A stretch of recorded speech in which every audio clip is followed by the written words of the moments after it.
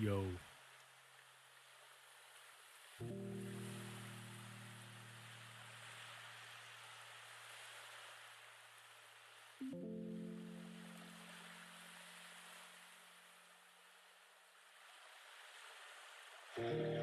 Hello. All right. Welcome. We are gonna do a little bit of co-working. I have a feeling I'm not in the mood to do art today, mostly because I really want to go to bed, and it's like only like 10 o'clock, which is terrible. But welcome everyone. I'm Natasha. We do lots of co-working on this channel. We also do creative streams. Like usually we do art on Wednesdays, but I don't.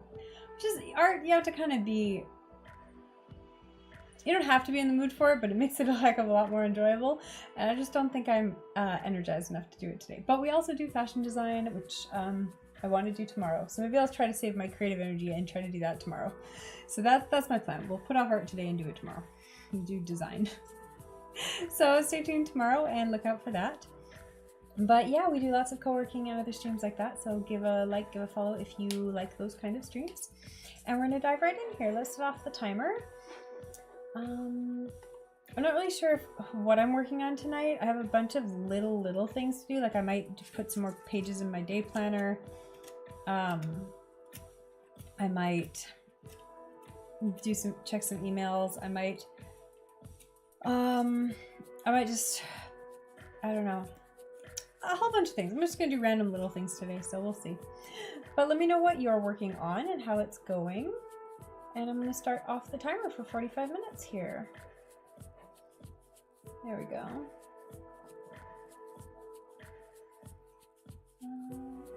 Put it on.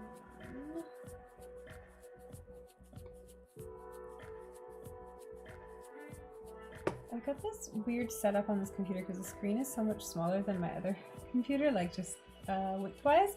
So I can't set it up the same way I'm used to it, and it means all the little scrolly bars are very tiny, so like you can only see like 2 or 3 lines at a time. And so if your mouse scrolls 3 lines at a time, you can very easily like just skip a line entirely every time, and it's very frustrating. I don't know if anyone else has experienced that. Okay, there we go. I got working set up on there. Okay. Perfect. Okay, very cool. Alright, yeah, I feel like I have this long little to-do list, but it's all like random little things. Oh, I do have a bunch of social media to post, so I'm going to start with that because I don't want to do it, but I'm going to because I think I only have like one more thing to post on my TikTok for the Met Gala, and like it probably should have been posted ages ago, so I'm going to get that done. Ash. Okay, shut up. Okay, I think I will put it on mute then just because I'm going to be doing that. All right, yeah, I'll be around on chat and I will be back on mic in a bit. Good luck, everyone.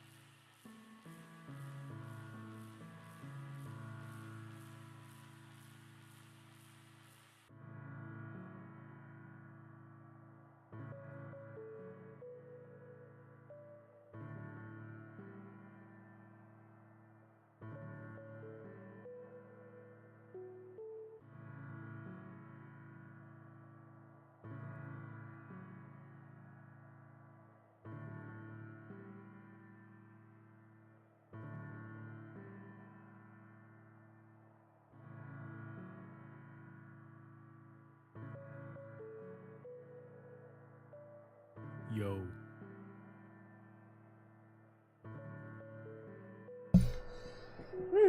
Alright, it's break time. I'm fighting with one of my accounts on repurpose, but I think it's probably because it's not a business account. It's one of my smaller accounts for planning. And I feel like I never turned it into a business account, even though I feel like I've turned all of them into business accounts. But that's probably what it is. It's probably that Instagram's like, what? No, you can't do this on a personal account, and it's not working. So I'm gonna go check that out next. That's my next step. But I am working on getting stuff published. Getting stuff put out there. Got some good edits done on my fashion TikToks, and I published one of those. So yeah, lots of stuff's happening. It's good. What about everyone else? What are y'all up to?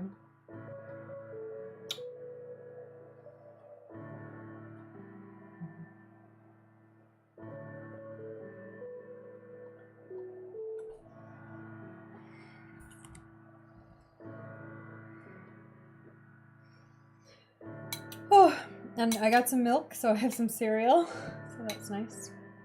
And I made some more tea.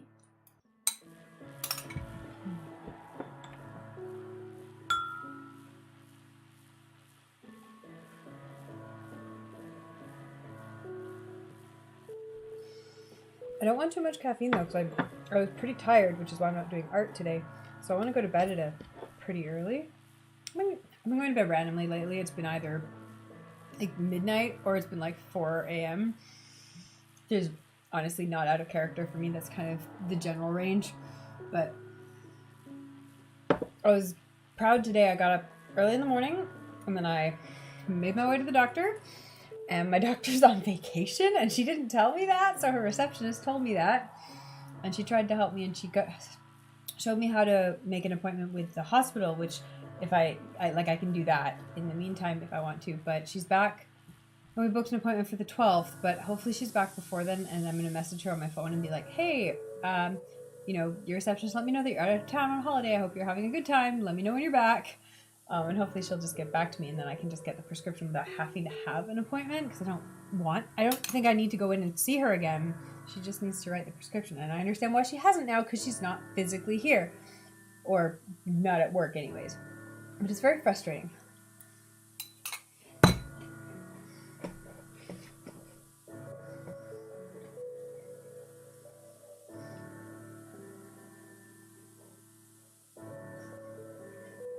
Because I've been sending her a message like every other day, and I've been respectful. I've been like not messaging her on weekends and like messaging during business hours. But yeah, it's like, there's no response. I'm going to go in.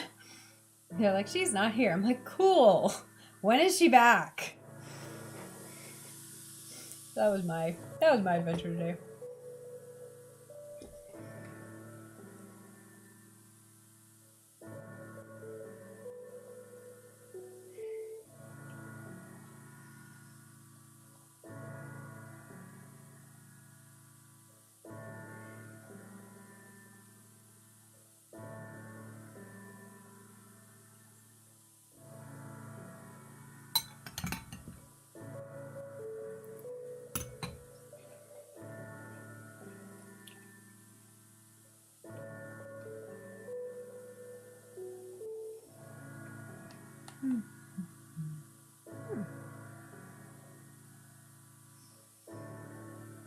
Okay, now what I need to do. Where is the planners account? Charm planners. Now, are you a business account? Probably not. How do I turn you into one? Now in account center. That's cool. Creator tools. That means I have a creator account. That's why it's not working.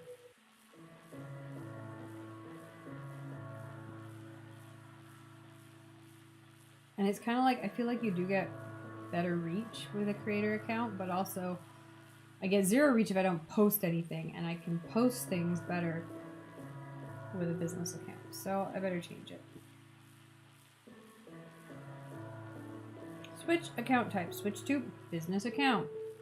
What creator account types would work for this? Switch, whatever. Now it's going to publish.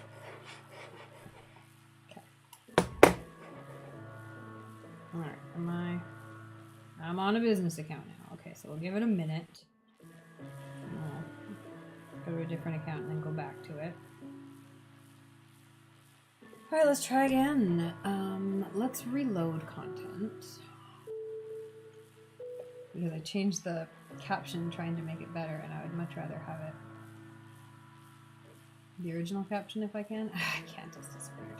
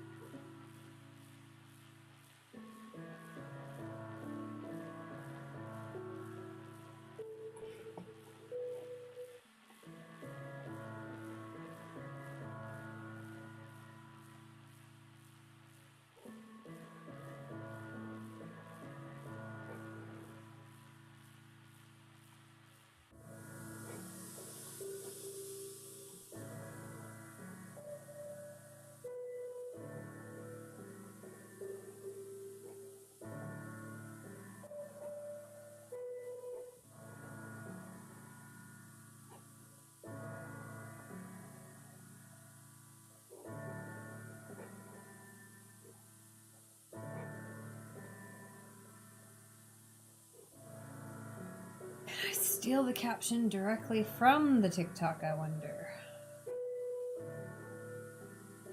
TikTok charm planners. Let's find out. Because Repurpose did actually load the caption for me, but then I deleted it, wondering if it was too long to be posted, and it wasn't. It was just the fact that I didn't have a business account yet. So let's see if I can steal the caption off of what TikTok account is this?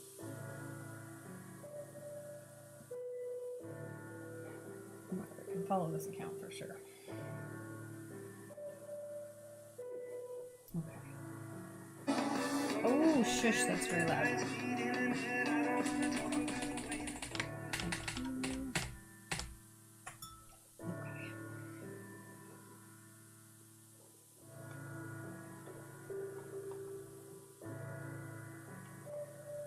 There we go. Okay. Copy, paste. Now let's try to publish it. We're gonna get this. Social media marketing time. Oh my goodness. Okay, good.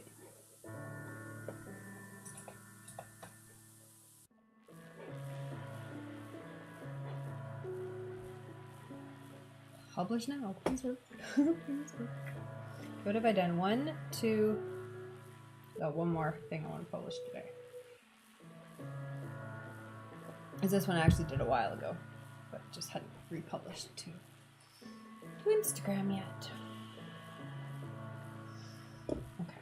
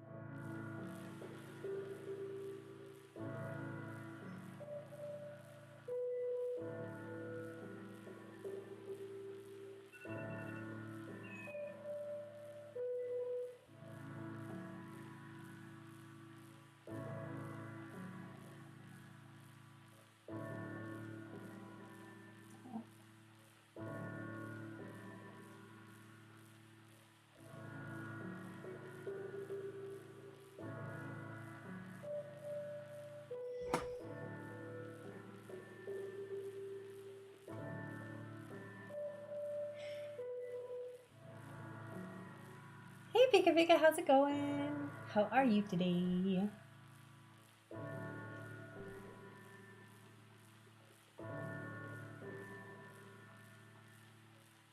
What are you up to? I am back in my social media work today. You're all right? Excellent. Just getting some more posts out there. Trying to make sure all the accounts are working fine, as they seem to be now. I fixed one of them, so that's good.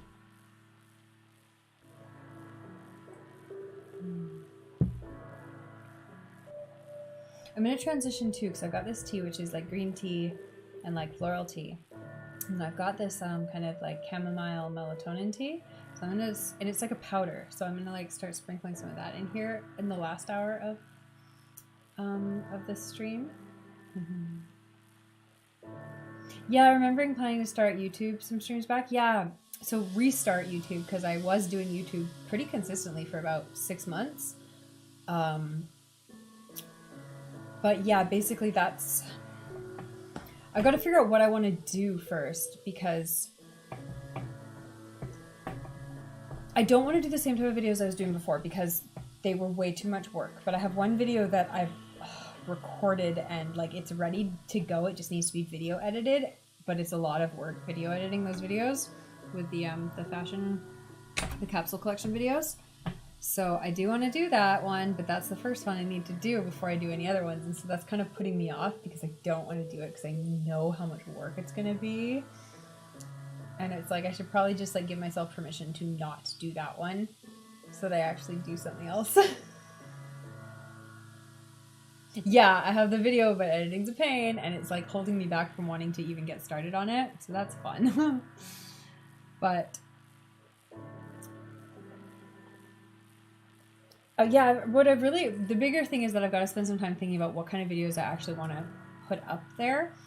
Because the other thing I would love to do would be just to take some of my some of my Twitch live streams and like actually edit them into more of a functional video, right? So instead of a co-working video, but edit the parts that are like art or where I'm talking about something like fashion, and actually edit it into a video people would watch as a YouTube video, not a co-working video.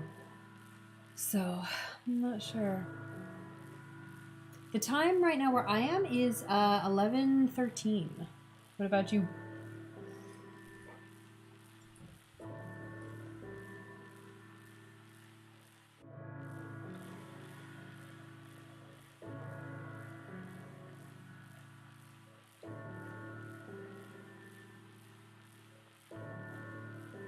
Oh my god, okay, I'm trying to...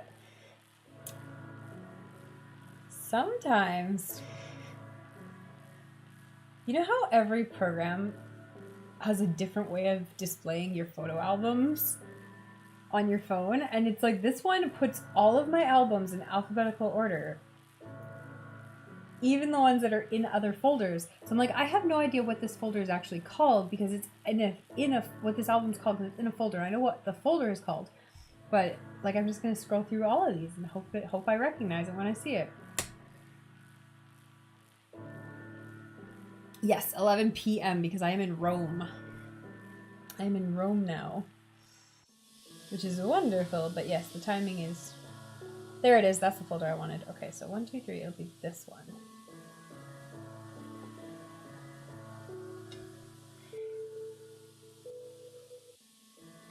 Okay, I do have the captions too. Where did I write these captions? Did I write them in ChatGPT or did I write them in Perplexity? I think I wrote them in ChatGPT.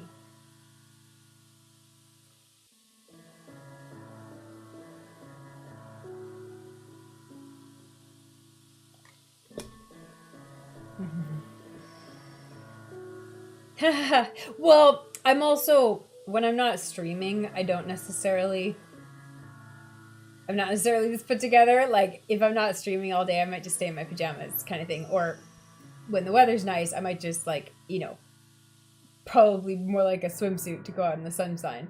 But like, that might be it, like a robe. And then just, you know, I won't do my hair or makeup kind of thing. When I'm streaming, I try to... It's a co-working stream, so I try to be professional. Plus, I'm a night owl, so like the fact that it's 11 p.m. is not an issue because that's like my prime working hours. So I was up this morning, which is why I'm trying to go to bed in an hour or two. I don't want to be up too late, but yeah, my natural state is waking up late and going to bed quite late and working after the sun sets, not while the daytime. My natural dopamine is produced after the sun sets, which is why I need this doctor to fucking prescribe me something so I can function in daylight hours again. Oh my Help me. Help me work. All I want to do is be productive. I just want to be a productive member of society. And Italy is making this so hard. Makes the two of us, right? I don't have the ChatGPT app, so how was I doing this? Was it on Perplexity? I have too many AI apps. I don't know where I saved everything. It must be Perplexity because I didn't. It was on an app, I'm sure.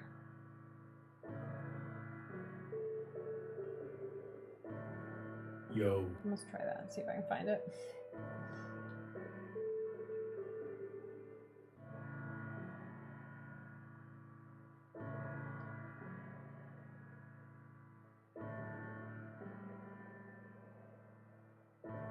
No, that's what it was. It was ChatGPT, but then I saved it to Notion so that I could access it on my cell phone without needing the app. Haha. Memories. See, if I just posted all these the first week when I made these captions, like I should have, this wouldn't be an issue. But no, I put it off for I posted a couple and then put it off. And so I'm like, where did I even save those captions? Yeah, yo is my timer. Instead of an alarm or a beep, it goes yo. So that's how you know the timer is done. You can try to slowly go to sleep 1 hour early. Yes, for a lot of people that would work. My natural sleep schedule and natural dopamine regulation are completely off the wall compared to most people. And so no, that is not a successful... It's a good idea, but it doesn't work for me. Yeah. Resetting my schedule is nuts. I can't do it. It just does whatever it wants. And then because I've put myself in a position where I work from home, that's fine. I just let it do what it wants to do. When I have a day job, I can absolutely bring it in line for whatever hours I need to work. Like if I need to be at a job from 9 to 5, I can do that. That's fine. But naturally, my schedule kind of cycles. So right now it's on kind of a mid-morning zone to mid, go to bed kind of after midnight, wake up mid-morning, which is fine. That's a pretty functional schedule. But in a couple weeks, if you check back, it'll be on a go to bed, early morning, wake up, mid-afternoon kind of schedule, and then it'll cycle again in another month or two, and I'll be back on a wake up early morning, go to bed kind of evening schedule, and then it'll just keep changing. So, sometimes I have a schedule for a month, sometimes I have a schedule for a week, sometimes I have a schedule for, super, super random.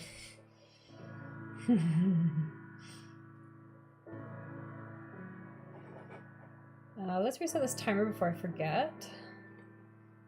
But yeah, at one point, last year or the year before, I was working with some structured 26-hour schedules and a structured... What did I do? I did a 26-hour and I think I did a 28-hour schedule. So it cycled. And it worked really well for me because I think my natural day is longer than 24 hours. But I really, really hated losing a day every 2 or 3 weeks. Because when you do that kind of schedule, it works great. But then eventually, after a couple of weeks, you lose a whole day because your days are longer. So you lose a whole day. And for me, it would end up out, because I'm not going to lose a work day, I ended up losing a weekend day every couple of weeks. And that just drove me nuts. So I didn't like that. But the actual schedule worked really nicely, having just a couple more hours in the day.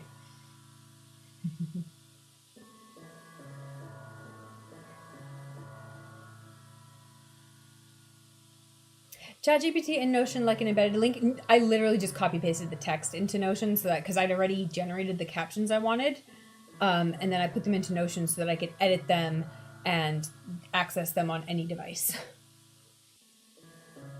But I generated them in ChatGPT. Wake up late so breakfast is like lunch. Okay, so meals to me, I will call meals particular things based on how long I've been awake. But my timing for any particular meal is probably not what most people would call it. For instance, I frequently have breakfast at 3 p.m. I frequently have dinner at 2 a.m. Yeah, I am not concerned with what time my meal is. It's really, for me, it's like I'll have some sort of like light breakfast when I get up, or in a couple hours after I get up, maybe some sort of lunch or sandwichy thing after I've been up for a little while, and then usually I will do one major meal of the day where I actually like cook something. I just don't eat a lot of structured meals in the first place. But it's good because if you don't, most people don't need 3 square meals a day, and that's why Americans have so much trouble with healthy eating, because it's like, well, I've got to follow the rules. It's like, no, you don't. That's not a real rule. Like, that's just made up. Just eat a little bit of food when you're hungry. You don't need a whole giant meal 3 times a day. You just don't. So yeah, I just eat what I want when I want, and then I call it whatever. Same.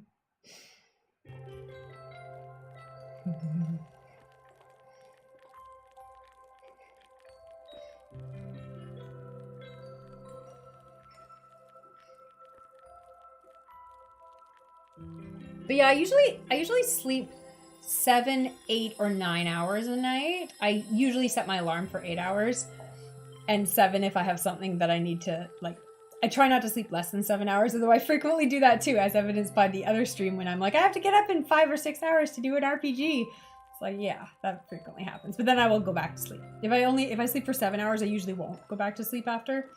And then, yeah, 8 or 9 hours means I've had a full night for me, so.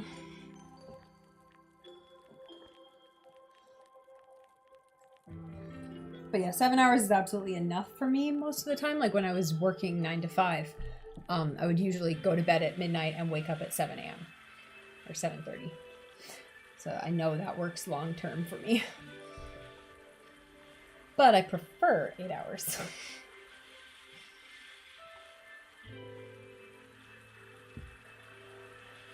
But yeah, I actually have like a huge amount of research and personal experience on sleep schedules, and sleep research, basically, like sleep studies and sleep topics, because it's something that's, because I have a weird sleep schedule, and so I've looked into it a lot. And I think I've said this before on this channel, but I'm so mad that when I was in high school, I literally talked to a doctor about being tired all the time. And they're like, well, it's not narcolepsy.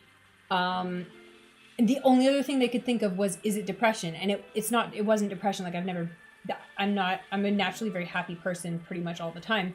It wasn't depression. I was stressed about school, but it wasn't depression. So they're like, well, we have no idea. And then they didn't do like any sort of anything else with it. It's like, well, you're functional enough, so I guess you're fine. I'm like, I guess I'm fine. But it was fucking ADD, because it's a dopamine dysregulation error, right? Dopamine wakes you up. And my dopamine doesn't start in the morning. My dopamine starts in the evening. That's classic textbook ADHD. Like, gah. And it's like, well, is it narcolepsy? Nope. Is it depression? Nope. We don't know then. I guess you just deal with it. Have fun. Be sleepy all the time. And I'm like, I was so sleepy. Like, I would have a nap every day in school.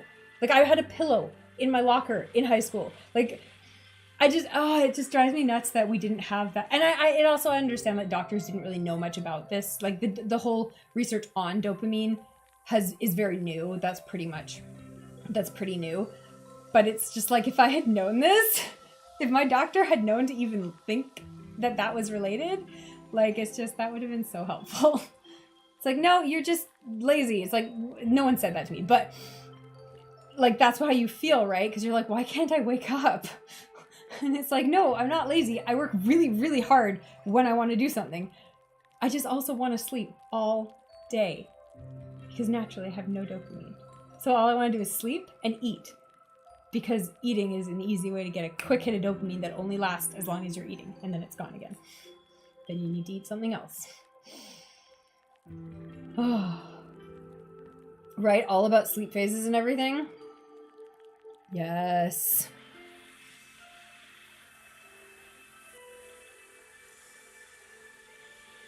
Oh, you've been suffering from really bad sleep issues for the past 2 years, and you wake up with no energy every day. It's terrible, and it started after COVID.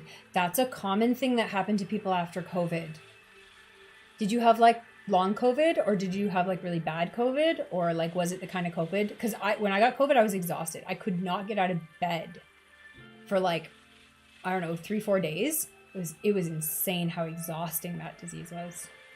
And same with misdiagnosing with depression, right? Like just because you are tired doesn't mean you're depressed. It's not the same thing. And I'm just so happy that they asked the question like, well, like, are you sad? Are you happy? How do you feel? And my answer was like, no, I'm very happy. Like I'm very pleased with my life. I'm very satisfied. I'm very happy. And they're like, okay, well, like that's like the #1 requisite for depression is to be depressed. And I'm like, I'm not depressed. And they're like, okay, I guess we can't diagnose you with depression. I'm like, and honestly, it confused me too, because at the time I was literally started second guessing myself. I'm like, can you have depression without being sad? And like the answer was no, like not really. And I'm like, okay, well, I don't think it's that then. And they're like, all right, I guess it's not that. We don't know what else to do. Like, thanks. Yeah, you had a narcolepsy test and everything came out negative. Normal COVID. But after COVID, you started getting this kind of bad sleep issues. So like, do you wake up a lot in the night, or like it's hard getting to sleep, or what kind of sleep issues do you have? Yeah, you have long COVID. Oh, that's rough. I'm sorry. That's sucky.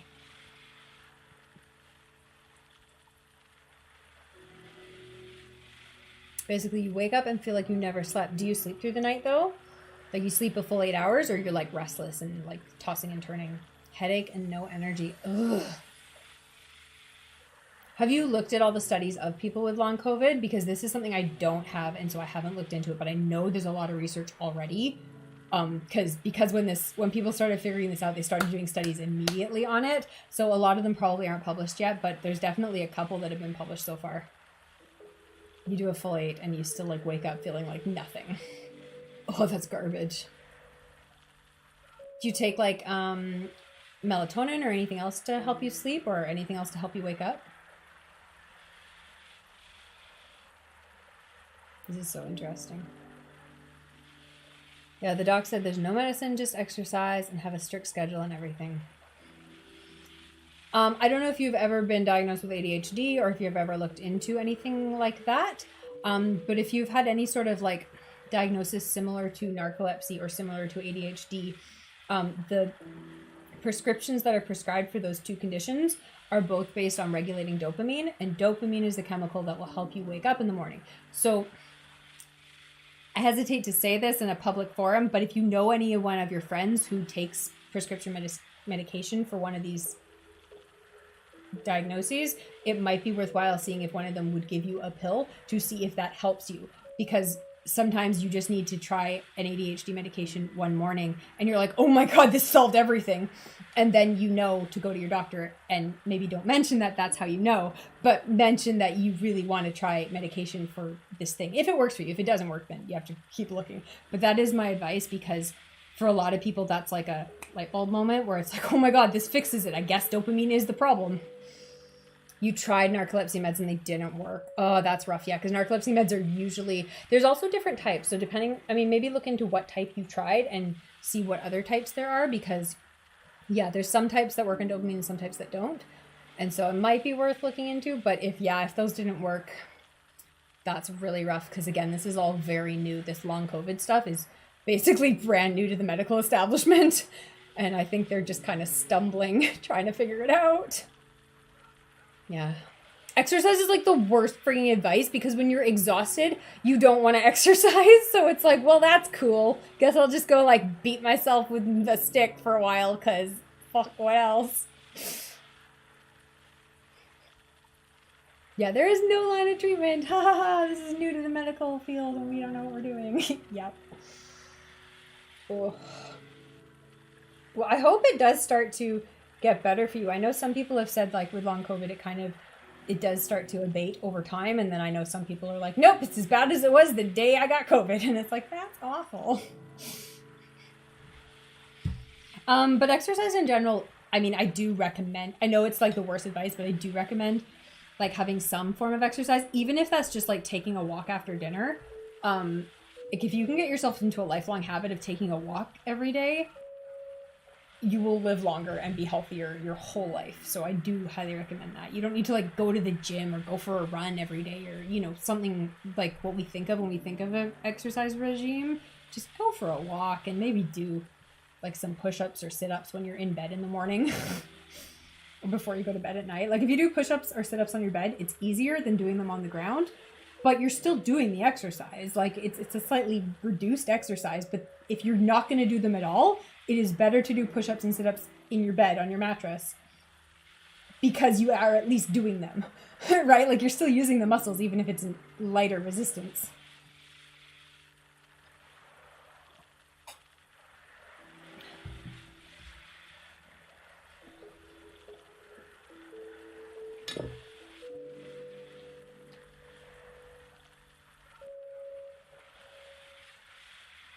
Oh God, now where did I actually save these? Business notes. I have too many folders in my Notion.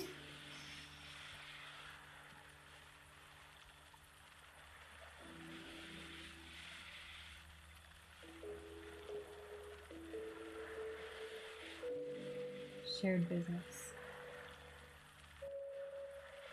I also really don't like the Notion menu layout on phone, because I always find that I click the wrong thing. Like I'll be trying to open a sub menu and instead I click that page, and I'm like, I don't want that page, I want the sub menu for that page, or like vice versa. And it's not that I'm clicking the wrong thing, it's that sometimes it just doesn't want to work properly, and it's like that's or it's so hard to click that I don't know what they've done with their coding, because like, ooh, it's frustrating.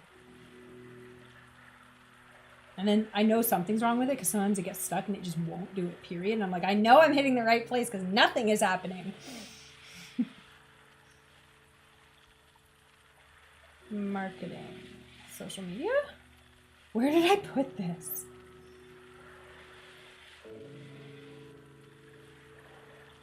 Business notes. See, I did it again. I tried to click the drop down and it just keeps opening the thing. No, it's not under there. Where did I put this? Did I have like an AI prompts? Is it under AI prompts? No. Where did I save this? Oh my God, why do I do this to myself? You're misdiagnosed with depression for like a year. Yeah, you're really cheerful as a person and not depressed. But if the doc has no treatment, then guess what? You have depression or anxiety. That's the other thing. Like, so many people get misdiagnosed with anxiety just because they go to the doctor and they're like, something is wrong. And the doctor's like, I have no idea what's wrong. Try this anti-anxiety medication. Go away now. It's like, but I don't have anxiety. Like, I've never been diagnosed with that, but I know so many people who are diagnosed with anxiety, and I'm like, I'm not gonna argue with you because it's between you and your doctor, but like, do you really have anxiety? Is that really the issue here? Okay. Some days are rough, but you'll get back to your cardio. Yeah, you have to click I know. See, I know you have to click the arrow on the left of the name, but that is easier said than done, because I just tried to click the arrow on the left of the name and I kept clicking the stupid button, like the stupid page. And then sometimes you click the arrow and nothing happens. And it's like, this is frustrating. Okay, where am I going? Where did I save this? Think in my brain. Okay, it's not under hashtags. Where would it be under? It's not under AI, so it's got to be under... Oh, I bet it's under editing business. Again, drop down menu, you fucking whore. Give me the drop down. Thank you. Okay, here we go. Instagram posts. Social media content. No, that's not it. But I'm in the right place. I know it's here somewhere. It's here somewhere. Why isn't it under... Oh, it is under Instagram posts. It's just not its own page. I just shoved it under that page. You have an Android. Yeah, the iOS app is the same. I don't know if the Android app works better. The iOS app is glitchy, is what I'm saying. The ADD meds do work for me. They work brilliantly for me. Dexedrine changed my life, basically. And I'm really, really mad that it's not prescribed in Italy. So I'm on my 2-month ordeal, still ongoing, trying to get the medication that is prescribable in Italy, which is basically methylphenidate, which is Ritalin and Ritalin variations, which are fine. Like, they work. They're not as good as dextrin, but they will work for me if I can get the doctor to goddamn prescribe them. But this is easier said than done. But I've been through multiple stages so far, and we are getting somewhere. I just need my doctor to come back in town. She went on vacation and didn't tell me.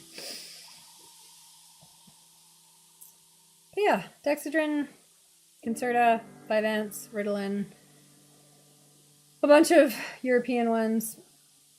I recommend trying a couple different types, because I tried Ritalin and I hated it.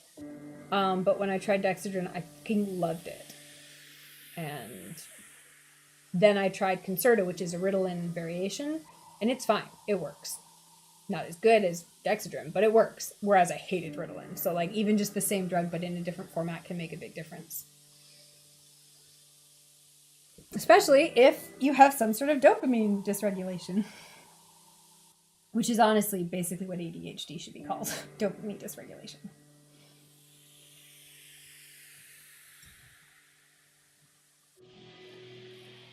I feel like for people like me, like adult ADHD, like it's not like, oh, I can't sit still and like I want to run around and like jump all over things. Like that's not what it is. And I feel like that's what ADHD, like hyperactive disorder, conjures in people's brains. It's like, no, that's not it. It is a dopamine dysregulation issue. And also for women, like I'm sure the reason the doctors, no one even considered it for me is because I was a woman. I never presented with like typical ADHD symptoms as a kid.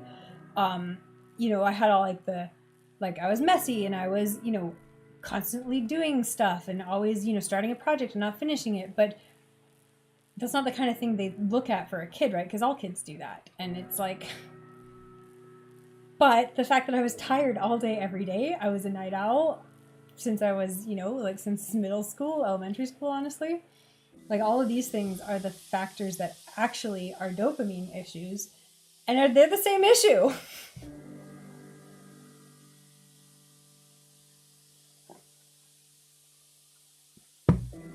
It's just wild now because I'm being really sparing with the medication I have left because I don't know how long it's going to take to get more. And so like I'll have days where I don't take anything and I'll just sit there and be like, I don't want to get out of bed. I get out of bed and I get some food and then I go back to bed. And then I get out of bed and I get more food and then I go back to bed. And then I make another meal and I go back to bed and then I have a snack and then I go back to bed because food gives you dopamine instantly. And then it's like, okay, but it's done now, so I'm sleepy again. Fuck. And I can see it now. I can see my brain going, where's the next dopamine? Where's the dopamine? I would like the dopamine now, please. Now that I know what I'm looking for, now that I know what it feels like to have dopamine on a normal fucking basis. Now I know what it feels like to have that kind of daytime regulation. Okay, what have I published here? 1, 2, 3. I'm going to be on number 4, I guess, here.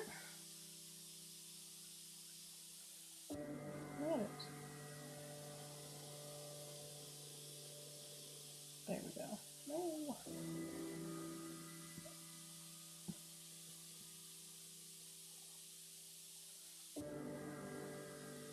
But yeah, also because it took so long for me to figure out that I even had ADHD, I did a lot of interesting sleep schedules when I was younger, trying to figure out what would work for me. So like some of the really wacky sleep schedules too, I tried. So I've tried everything.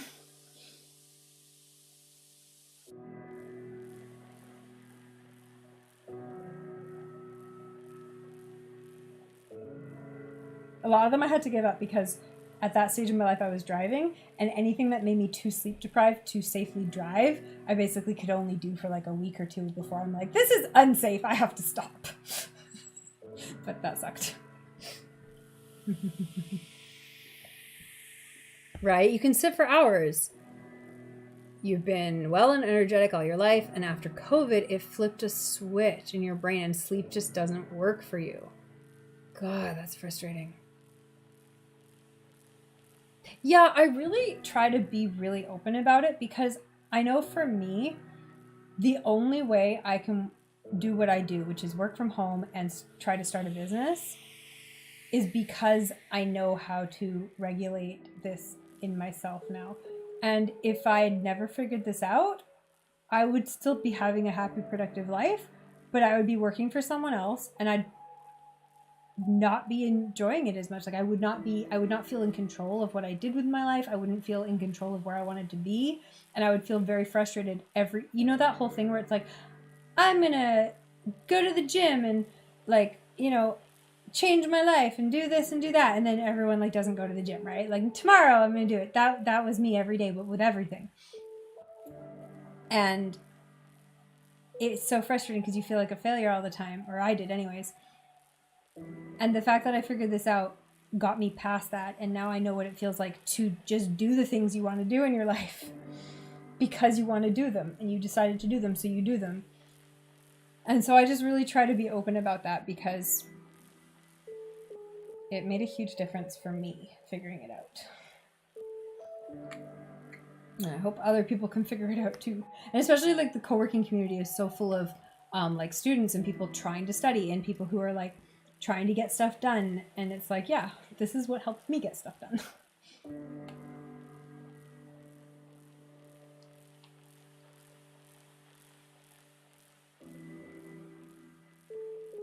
Can I make drafts on Instagram? No, I still can't make a draft on Instagram.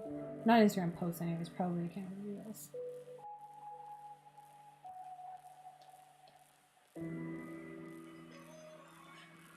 Better not have used this song already. I feel like it tries to use the same songs every time. Okay, share.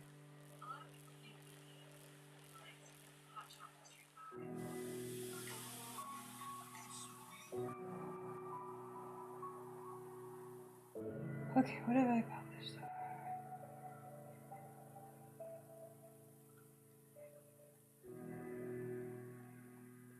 Okay, good. That was the right one.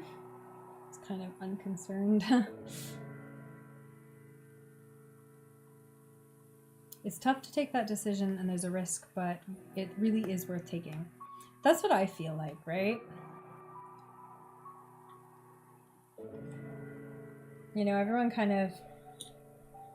And I feel like especially anything to do with like quote unquote mental health, like people can get so concerned and scared about doing anything about it. And it's like, do the things that can help you live your best life.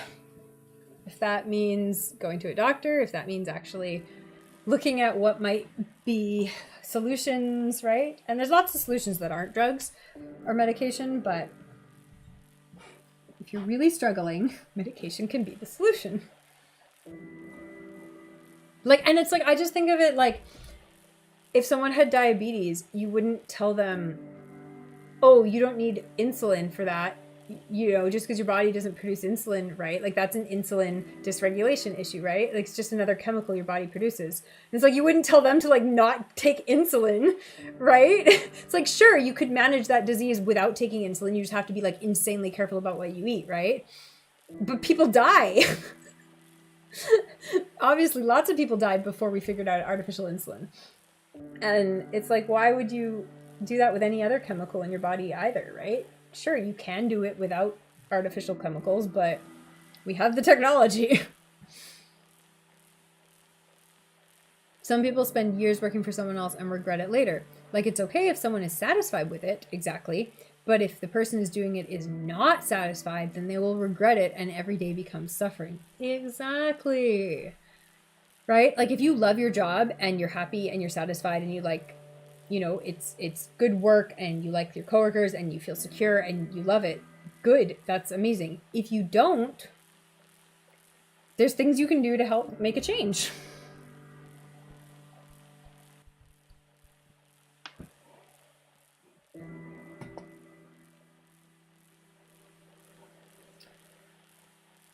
Okay.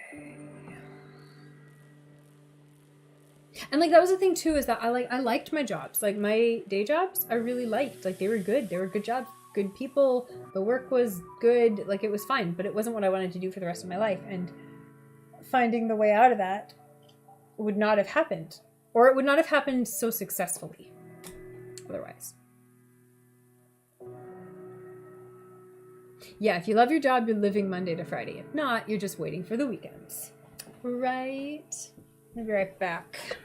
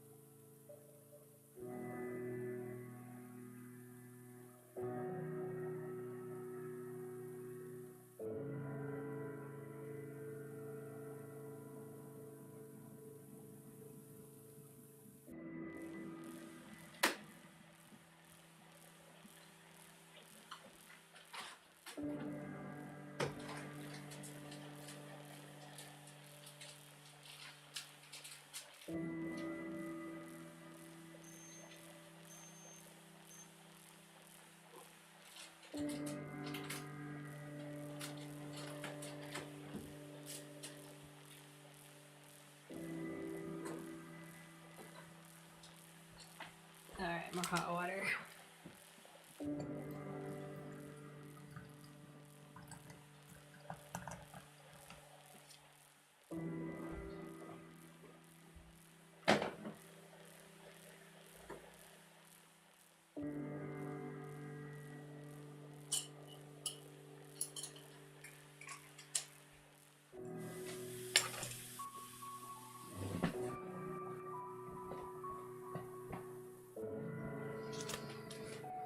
No, like I said, I just got that post posted on Instagram, so that's kind of what I was planning on doing. I hope I'm not distracting you too much. What are you working on right now?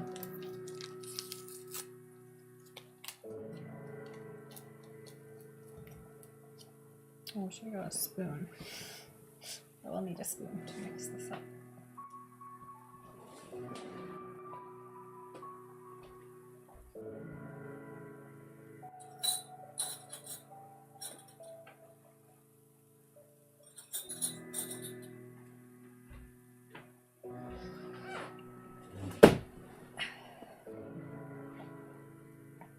You started reading a book called Psychology of Money. Is it any good? That sounds very interesting.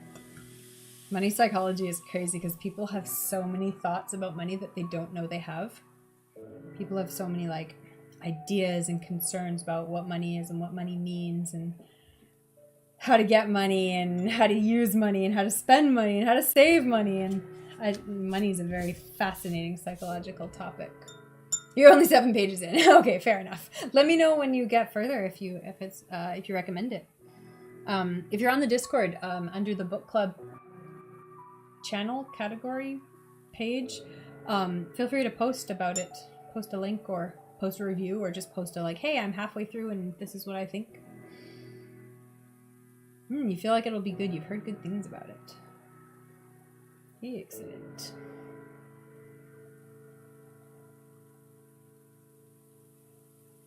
Is it like counterproductive to be mixing chamomile and melatonin tea in with like green tea? I feel like this is such a Natasha question. Like, what if I put it all at once? It's like, well, then none of them are gonna work well. It's like, oh, okay. You completed Alchemist today. Am I on Goodreads? Technically, but I haven't used it in years. I just keep track of my books in a piece of paper.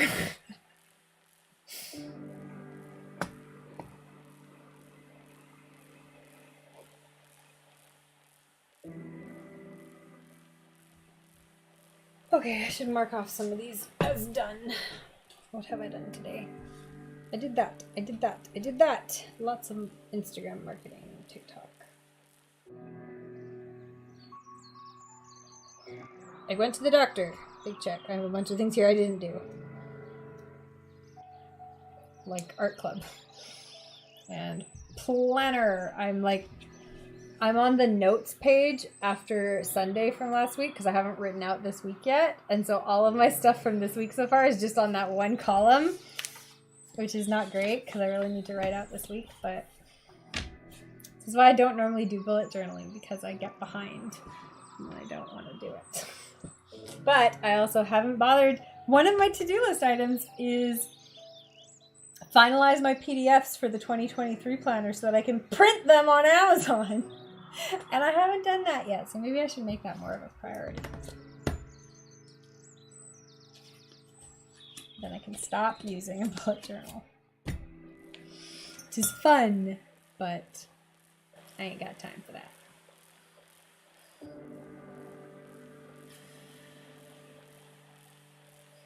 It's okay, just some extra antioxidants, right? There's a little bit of caffeine, a little bit of antioxidants, it'll be fine. It's gotta be pretty weak now. This is like the third time for the green tea, and this time I didn't even put the tea bag in it, so it's really just like the remnants of the previous cup of green tea. You just right now, bullet journaling is hard. Yeah. Well, I mean, I think I use bullet journaling in this way, but I think everyone uses bullet journaling to mean like fancy bullet journaling, and bullet journaling can just be like uber simple. Like it doesn't have to be fancy. It can just be like a list of stuff you're doing that day, right? But then I can't post it on Instagram. So yeah. But no, like I like independently invented my own bullet journaling system when I was in high school and university. And so like the system appeals to me inherently because it's basically the same thing I started doing myself when I couldn't find a planner that worked for me. Kind of systems wise. But yeah, now the whole subculture is about all the fancy pretty little things and the cool layouts and the interesting spreads and stuff. And I'm like, well, I want to do that too, obviously. Yeah, in the morning you write the tasks, and at night you write what you did all day by recalling. Ah, very cool, very cool. Yeah, I try to write in a little journal separately from my day planner. But I don't do it every night. I feel like sometimes I'm really good at doing it every night, and then sometimes I'm like, no, fuck it, I'm going to bed, I'll do it for the whole week later. And then the day planner comes in handy, because I'm like, what did I do last Tuesday?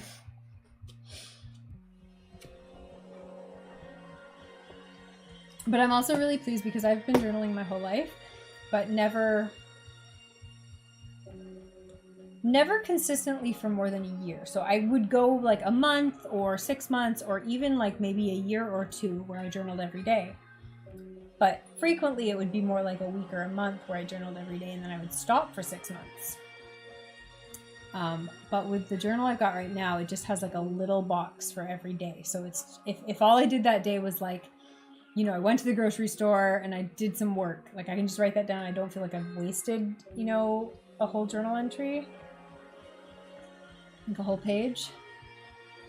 Because some days I can write a whole like page or pages of journal entry, but I think that's one of those things where it's like my ADD is like, yeah, you can hyperfixate and write tons of this stuff, but then the next day you don't want to do it because you remember that it took you an hour.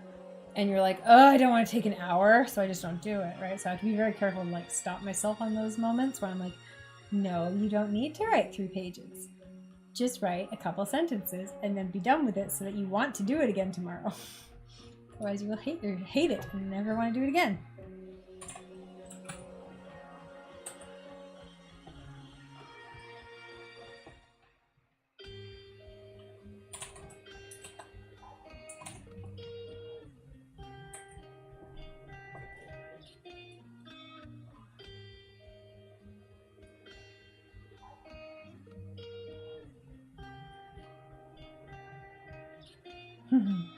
Literally a blue pen, that's it. You tried fancy, but not consistent, so you keep it natural.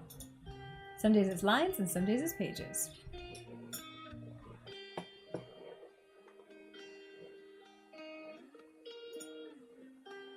You have a flashcard you made, which is just the month calendar, and cut the date with different lines. Oh. One meditation, one exercise. And at the end of the month, you stick that to your journal. Oh, that's super cool.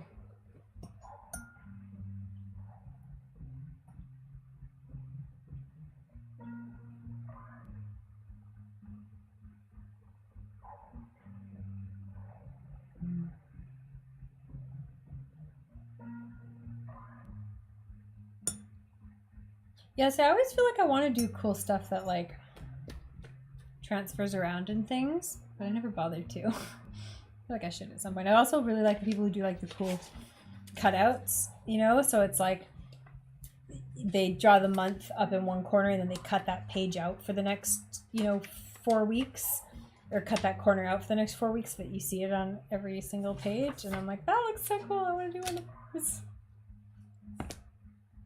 So do you do the same meditation like every day for a month, or what do you do?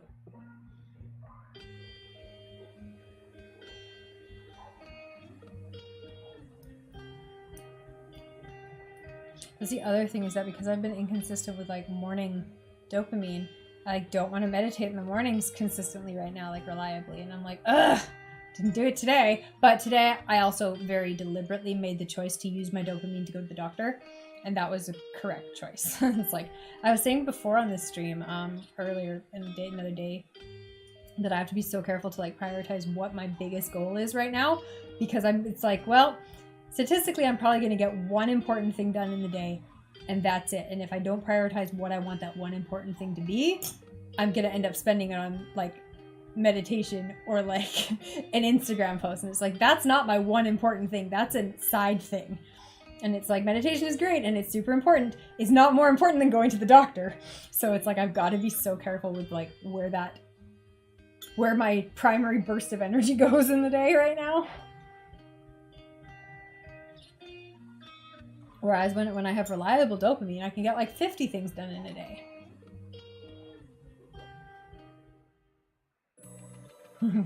As a semi-stationary addict, it's tempting but not efficient. Right, I'm such a stationary addict. I've got my pastel pens I'm using right now. Ooh, this one matches my shirt.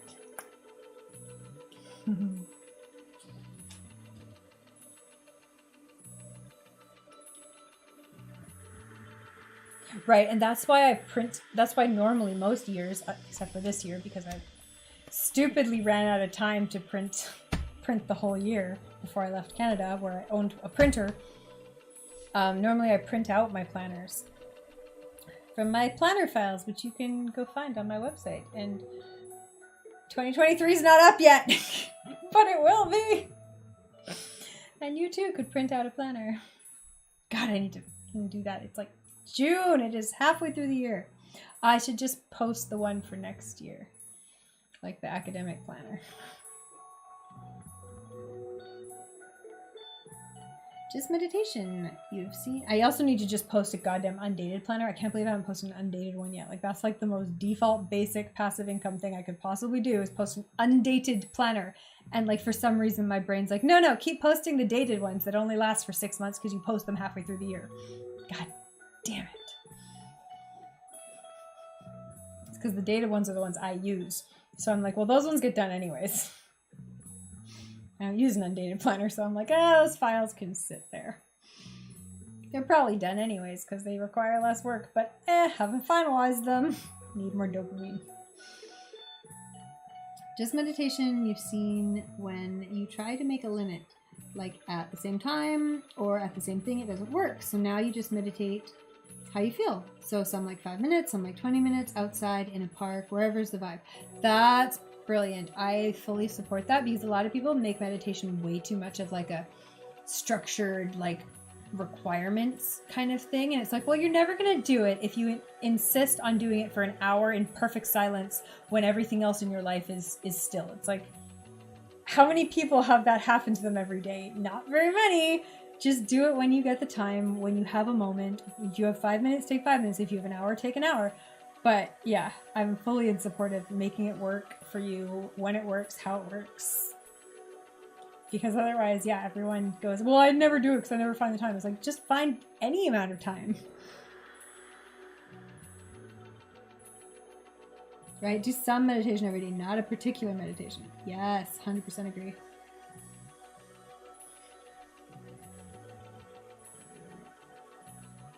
Yeah, and I had to be really careful giving myself permission with that too, because when I was younger, I did a lot of meditation. So I was fortunate enough to have a teacher in middle school who taught the whole class how to meditate. But then I got really into it. And so I'd be like, okay, well, I have to meditate for 30 minutes every day, or I have to meditate for an hour every day. And like, I don't think there's ever been a point in my life where I could successfully meditate for an hour every day. Like, you know, for more than a few days in a row, like maybe a week maximum, right? And it's like, well, if I tell myself that's what I have to be doing because I know I can do it, it's like, that's cool, you can do that, and it's enjoyable, and you like it, but then you don't do it for 6 months because you're like, I can't find the time. Anyways, that was my experience. So I just had to be really like mindful of myself and be like, hey, 5 minutes is better than no minutes. But then days like today happen and it's like, hey, getting to the doctor is better than meditation.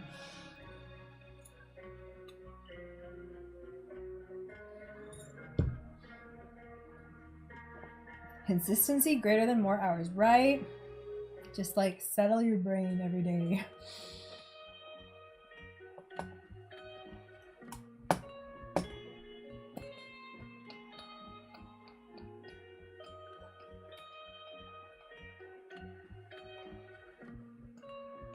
What kind of meditation do you like? Kind of like a bit of everything personally. I started with like the teacher who taught me started with like visualization kind of meditations, like guided visualizations, which is super cool, and that's still like my favorite thing. But if you're going to do it yourself, you have to like kind of plan in advance what the structure is going to be, otherwise it doesn't work. And then of course, like I got into like, you know, just like mantra and breathing and vipassana stuff, so which helps because if you have lots of different types, you can switch it up when you don't want to do one of them. My favorite app is Insight Timer, which I highly recommend because it has a timer function with different settings and bells, and that's the one I use in this channel when we do meditation point redeems.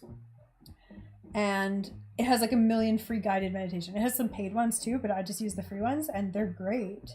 Like there's so many free guided meditations. You can find ones for getting to sleep. You can find ones for Vipassana. You can find ones for breathing. You can find ones for waking up in the morning. You can find ones for anything you want. You just type in their search function. Like, obviously you don't have to type meditation for X because it knows you're looking for a meditation. They're all meditations. But yeah, like morning meditation, breathing meditation. You don't have to type meditation. And I love it. It's been wonderful. You know, like forest meditation, or I think I found a couple for like running. There weren't very many for running. I was sad because I like meditating when I'm doing sports, especially swimming. I find swimming laps is very meditative for me, or it can be. Sometimes it doesn't work, but when I'm in the right mood, swimming laps is super, super meditative. So I also recommend that to anyone watching who's like, I can't meditate, I can't sit still. Try meditating while you're doing a physical activity like walking, or especially if you're an athlete, like if you really like sports, while you're running is a great time to meditate. Doing like rowing, like the rowing machine is one of my favorite gym machines, and that one is like, it's just the same motion back and forth, and you can totally get meditation while you're moving. And for some people, it's a better way than sitting still.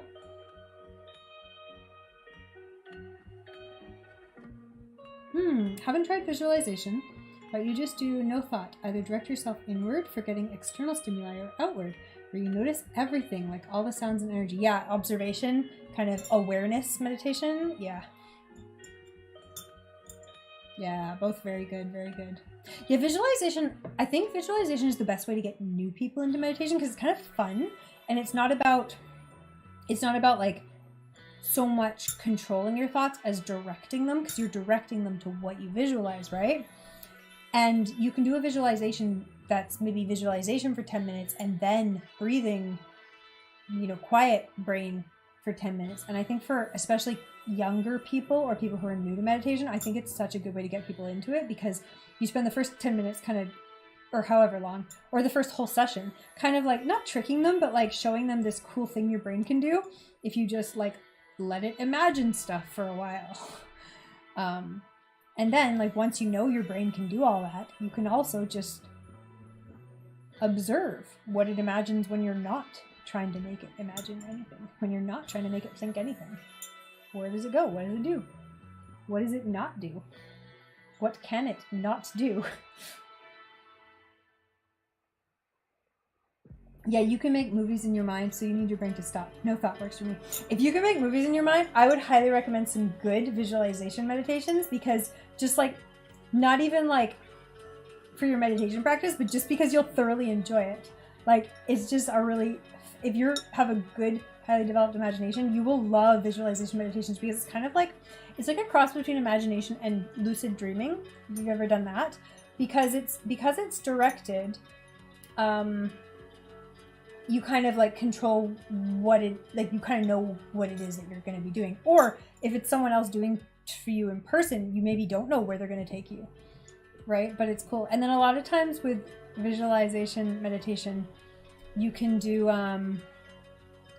this thing where it's like, hey, you're on an elevator and you go up and then the elevator doors open and you get off. Where are you? And then you just it's like lucid dreaming. Like you just let your imagination tell you what's there. And like, what do you walk up to? What do you see? Who's there? Like, you know, what do you do? And it's like, your brain will supply answers to this, and you will, especially if you have a visual imagination, you'll just see everything, and it's super cool. Very fun. So I highly, enjoy that, and I recommend it if you've never tried it, especially if you are good at, if you like imagining things. And then the more traditional visualization meditation is more like, you know, you're in a forest. What does the forest look like? But like it's telling you you're in a forest. Whereas the more open-ended, it kind of is like, the elevator door's open. What do you see? Where are you? Right. So you can go either way. Or like you're on a beach, or, you know, what is the water doing? What is the weather doing? What time of day is it? You know, but letting your brain fill in the details. So it's really fun and really cool. Different than like the quiet brain meditation, but I think both are useful for different purposes.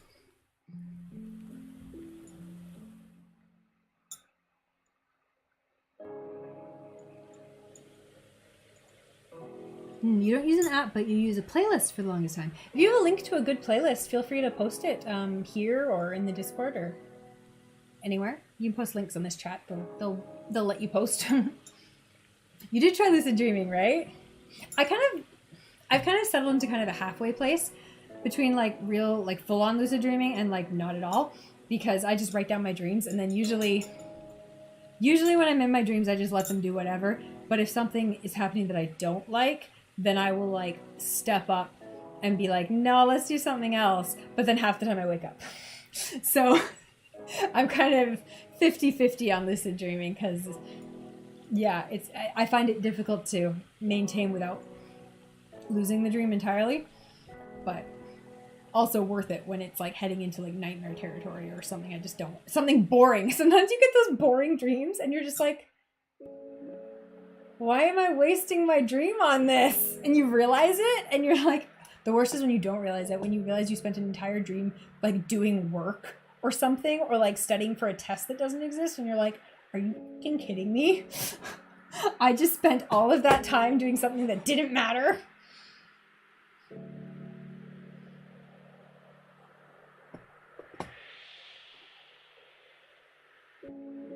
Okay, let's reset this timer though.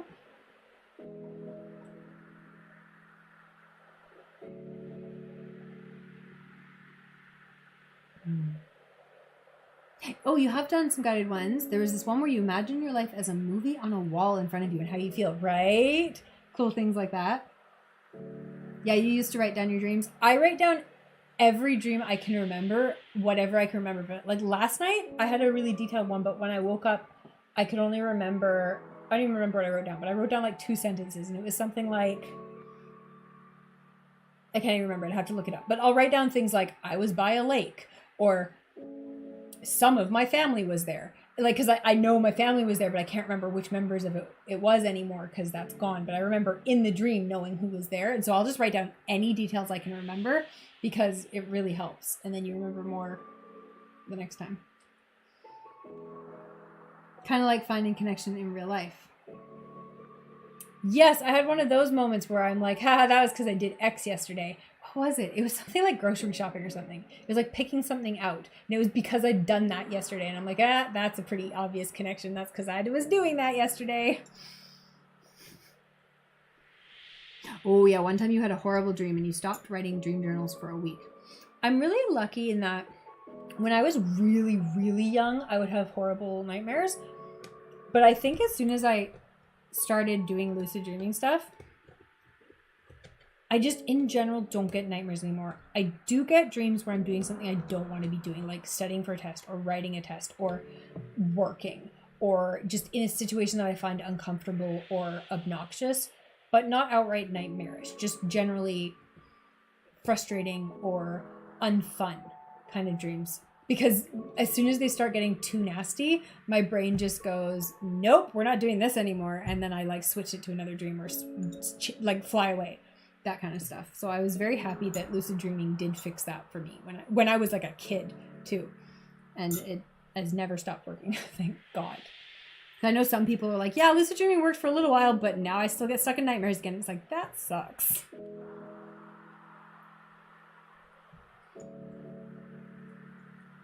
Yeah, I'm super random because sometimes I will recall my dreams so well, and like it's embedded into like a full real ass memory, and I'm like, I will remember this dream for the rest of my life, like every detail of it. And I have dreams like that where like I could tell you every detail of like a dream I had when I was like 7 or when I was like 15. But then a lot of dreams are like the one I had last night where it's like I can remember it while it's happening and like immediately after I wake up, but then even like 5 minutes when I pull over my phone, or like when my eyes open and I pull over my phone, I'm like, wait, what? Wait, what? What happened then? I can't remember anymore. Oh, thank you for the link.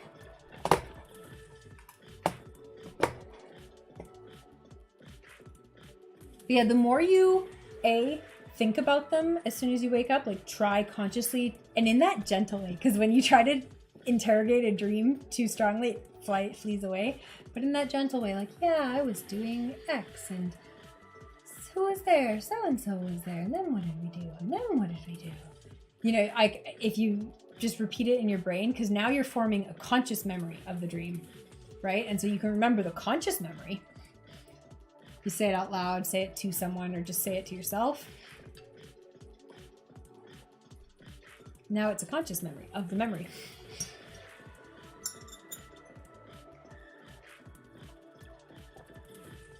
Same function writing it down does, right? You made it a conscious memory by writing it out. So now it's in 2 parts of your brain. The dream part and the real part.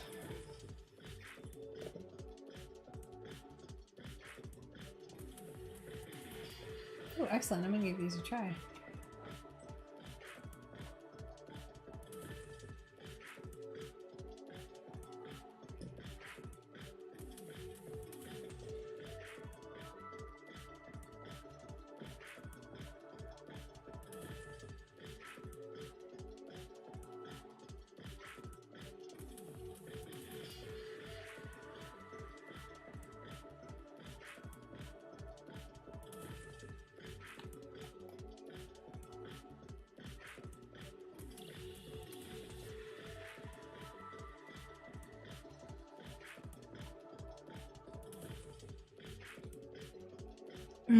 Started using voice notes because it's faster to recall.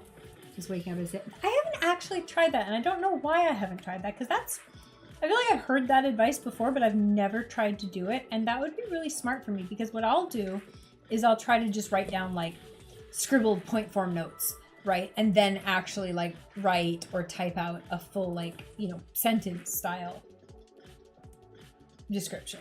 But like I'll start with like point form notes just to try to remember everything. But yeah, I don't know why I haven't tried voice notes. I should actually make that. I should try that because I feel like I would get more if I tried that. I feel like I kind of do that where I just say it to myself in my head.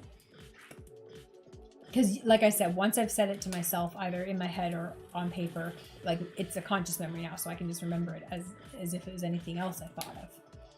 But yeah, I feel like if I just started speaking as soon as I woke up, I would probably get more out of me. Because once you've said it, you don't have to think about it again, but writing takes longer. So you're thinking about it a bit harder. Should try that. Good idea. Good idea.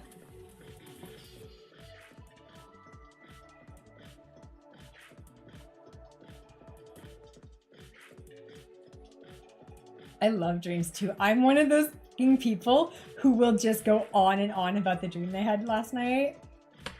And yeah, I've definitely done that on stream before when I had a cool dream that I thought stream would appreciate. And I don't care if anyone appreciates it. You get to hear it all anyways, because my dream was fucking cool. Listen to it. I don't have one to tell you right now. But when I do, don't worry, stream will hear all about it. They have in the past.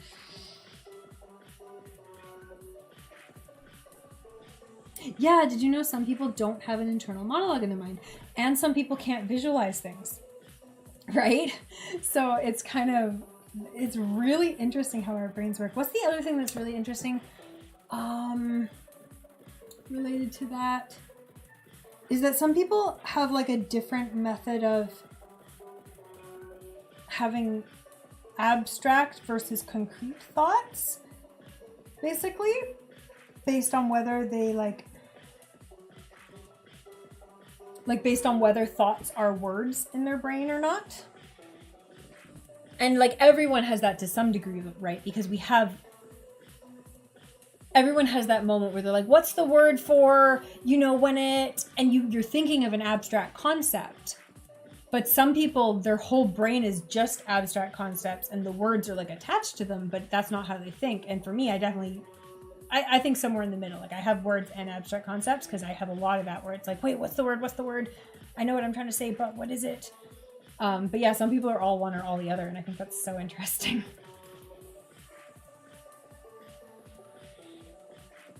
You feel like some of your dreams can make a blockbuster movie? Your sis doesn't have that voice in her head, and you're like, no way.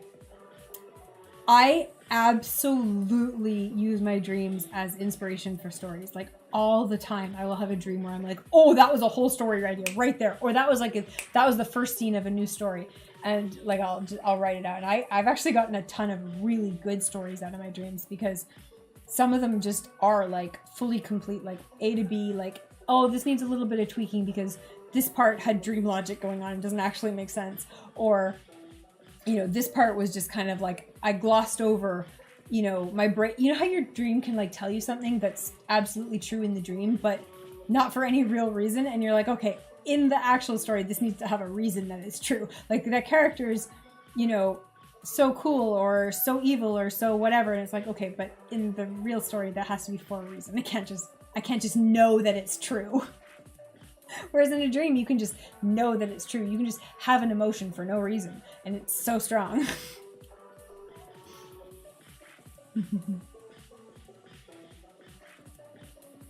Yeah, I love the ideas I get from dreams. Like, I really think some of them are so much fun and so cool to explore too. And also, sometimes you get like the coolest creative dreams. I love talking about dreams. I've never talked about dreams on this channel before.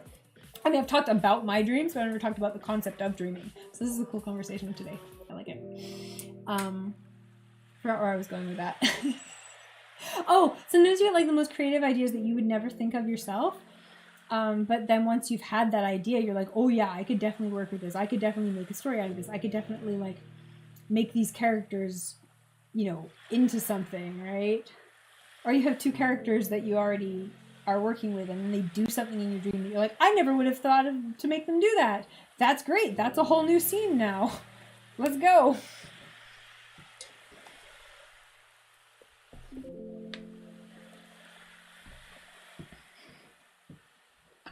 You should write a book. Yes. It'll be a big Harry Potter franchise, right? Oh, okay. Stop me if you were on this channel when I was talking about this before, but I was just reading this or watching this really interesting YouTube video about how one of the reasons Harry Potter is so successful is because it incorporated merchandising from the very beginning. Like when Harry joins the magical world, he just starts buying a bunch of stuff. Like that's his introduction to the magical world. This new world is he buys a bunch of stuff. He buys a wand in order to even be able to do magic. He buys new clothes. He buys books. He buys a pet. Everything he does is based on consumerism, and that made the Harry Potter franchise super ripe to be picked up by publishers and to be picked up by movie producers because it's so ripe for merchandising. Like it's designed, and I don't think this was conscious on J.K. Rowling's part. I think it was lucky, and I think it got more conscious as she went through it, like as she realized kind of what would be sellable. So things like the colors for different houses, that's, you know, based on like real things British private schools do, right? But the fact that it turned into this perfect branding storm, and then she starts putting in things like the Deathly Hallows symbol, and like you can just slap that on anything, and now it's Harry Potter themed, and like yeah, it was just such an interesting topic.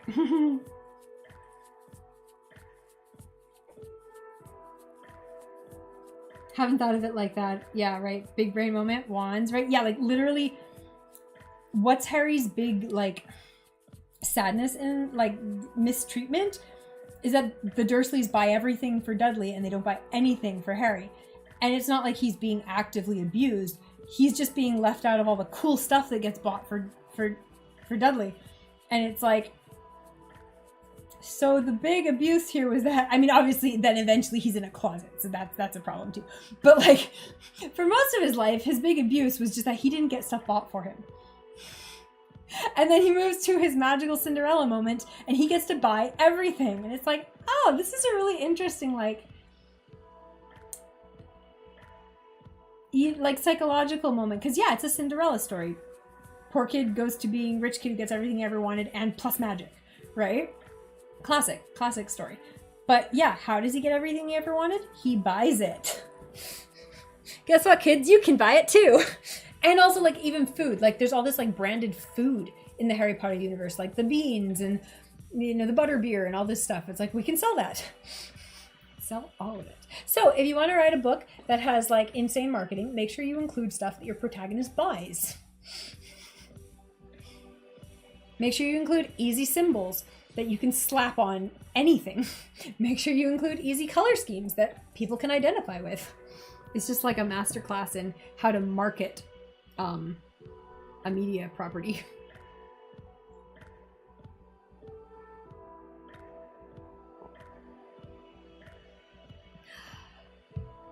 Yeah, we love underdog stories. That's how our brains work. We want the less privileged to win because everyone feels like Cinderella. Everyone feels, no matter how relatively privileged or non-privileged you actually are in reality, everyone feels like Cinderella. Everyone feels like they're at a disadvantage and that they've been mistreated at some point in their life, right? Regardless of if you actually grew up wealthy, if you actually grew up poor, if you actually grew up abused or whatever, everyone feels like they're hard done by and they want their Cinderella moment. So of course, let's watch it happen.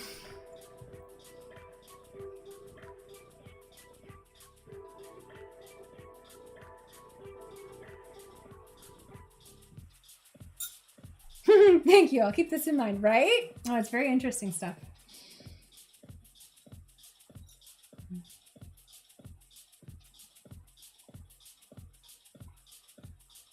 Because right from the very first book, she got like a huge publishing contract.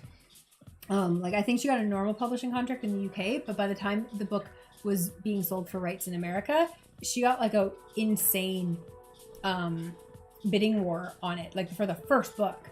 Right? And so like, why did this book, like sure it was taking off, but why did this book get such high prices set on it immediately?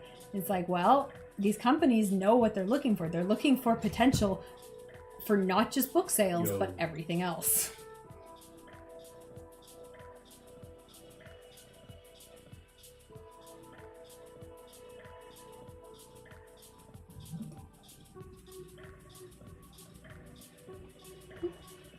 Oh wow, it really doesn't want to do that. That's okay, I'll copy paste it.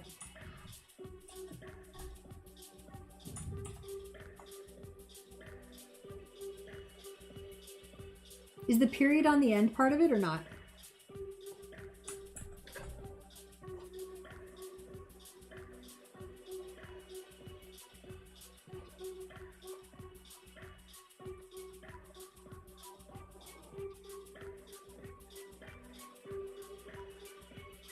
Spark creativity with Thomas Edison's napping technique. I have a feeling... yes. Okay, so remember how earlier we were talking about weird sleep schedules? This is one of the classic weird sleep schedules. Yeah.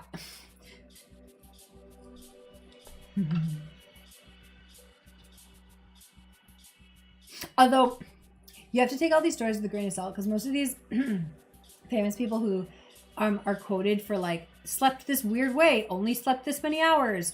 Like, it's like something they said in one interview, and they mostly lived a normal life, but yeah, they also had some weird stuff sometimes going on. And it's like, no, a lot of these people didn't only sleep 2 hours a night, didn't only sleep 4 hours a night every night. Like, that's just not functional, right? Not valid. Or it's like, yeah, they did sometimes, and sometimes maybe they did it for like a whole month at a time, but yeah, a grain of salt.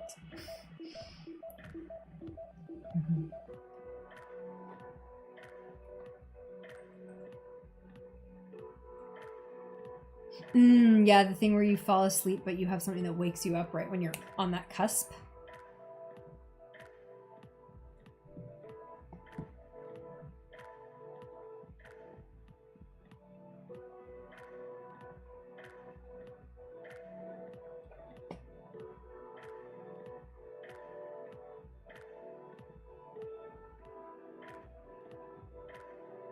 Oh, this is cool. They did it with actual like testing their brain state and brain activity. Ooh, cool study. Yeah, and what phase of sleep they were actually in.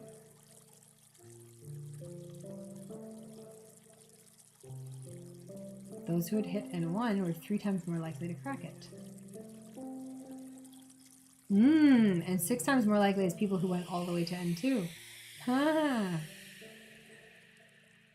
Oh, interesting, but it didn't happen immediately. They still had to do multiple subsequent attempts to solve the problem, but then they did get it.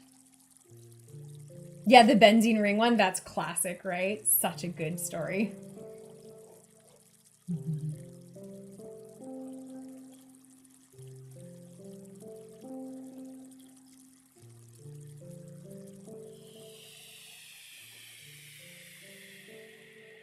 And this is why it's also so important. Like, regular sleep is so important because all the stuff that's going on, like in these experiments where like they're finding, you know, X thing because they stopped at just the right moment, your brain is also getting all of that good moments in general when you sleep. Like, you're still getting that N1 phase, and so when you wake up from a full night of sleep after hitting these all the different phases in the right order and everything and for the right amount of times, you're still getting the benefits of those phases. And that's how your brain is processing and like storing long-term memories and emotionally processing what happened to you in the day. And like, sleep is just so important for your brain to like recalibrate itself and to be creative, period, and to like logically process things, because it does so much of this when you're asleep.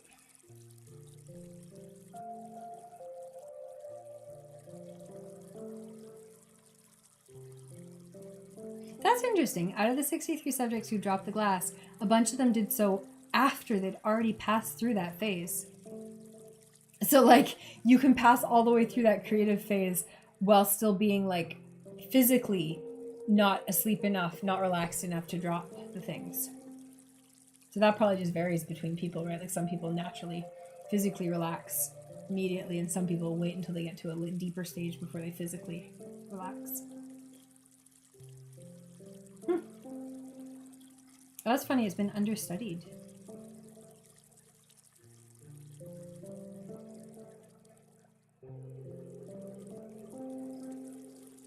The benzene ring one just absolutely is wild to me too, because like, coming from a background in chemistry, and especially in organic chemistry, like, rings are so integral to organic chemistry. Like, they're just, everything is rings. Everything is rings in organic chemistry.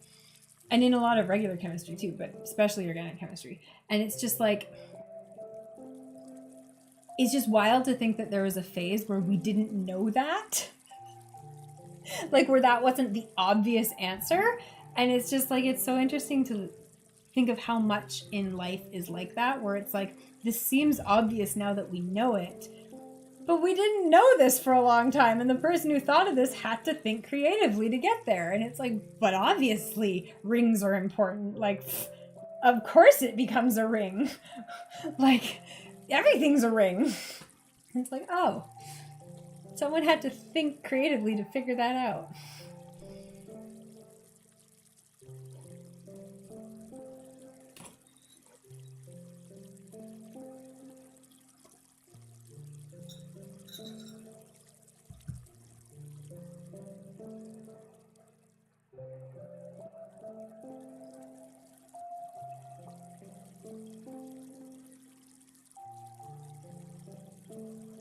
Yeah, the key over a plate so that it makes a noise and wakes you up. You can also do it with a timer but you have to kind of like experiment to figure out what the correct timing is for that timer, right? And depends on how consistent you are at falling asleep too.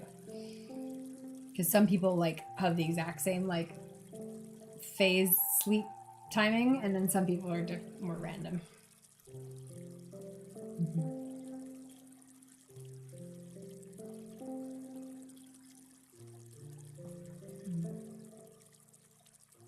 Yeah, having a work where you're doing something, exploring a problem, and the brain seeks a solution outside the materialistic realm Yeah.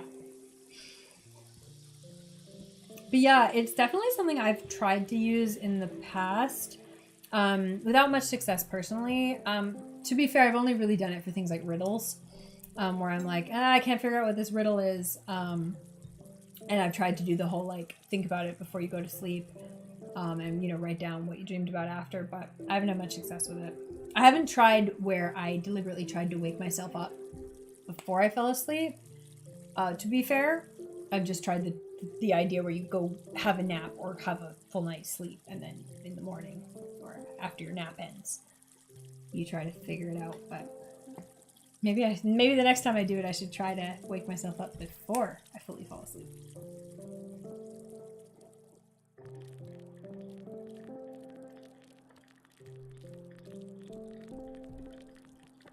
I've also never tried it for like a creative writing project or anything like this. So maybe I should, the next time I'm writer's blocked about something, I should intentionally try. Because I've definitely tried to solve creative writing problems through dreaming, where I'm like, okay, I'm gonna dream about this situation and these characters are doing this, and then what are they gonna do next? What are they gonna do next? And I've had limited success with that. Not usually. Usually I don't get the right. Usually I'll get something interesting that happens in my dream, but it won't be like the right characters, the right setting, or not. It's like, that didn't help. It helped with some other new story idea, but it didn't help with the story idea I already had.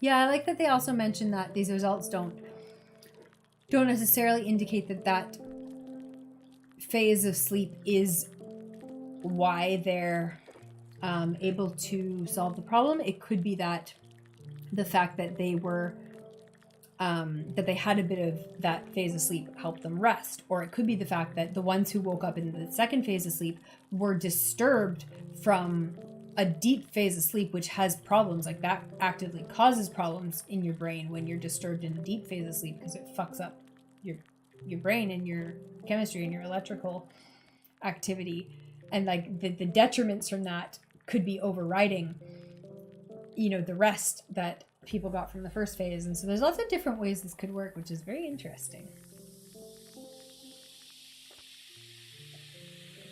Oh, I should reset the timer. I should have reset the timer a while ago.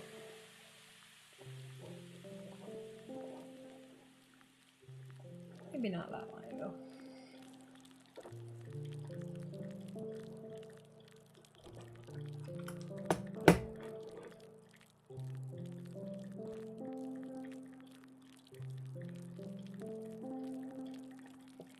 For anyone who has trouble sleeping, and I've definitely recommended this advice before, but I always try to. If you are having trouble sleeping and you're feeling insomnia, if you lie down in a dark room with your eyes closed and you lie still, it is almost as beneficial as actually sleeping, even if that's all you do for 8 hours. Basically, your body and brain will receive some of the benefits of actually sleeping if you just lie there.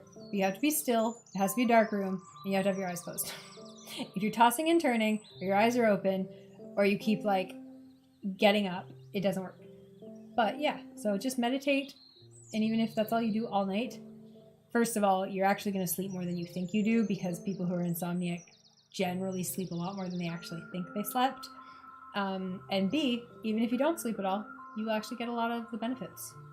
You won't get most of the, like some of the immune system benefits and things like that don't happen without actual sleep, and healing benefits, things like that. And some of the mental benefits you don't get, but yeah, you actually get like refreshed energy and all that sort of stuff.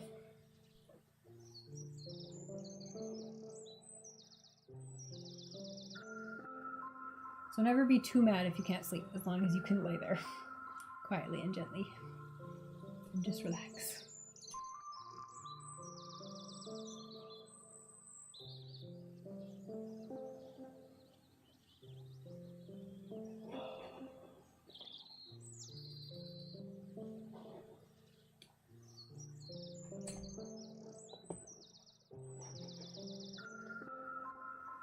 But I know that advice basically solved insomnia for me. I'm not generally a person who deals with insomnia very often, and when I do, I usually meditate.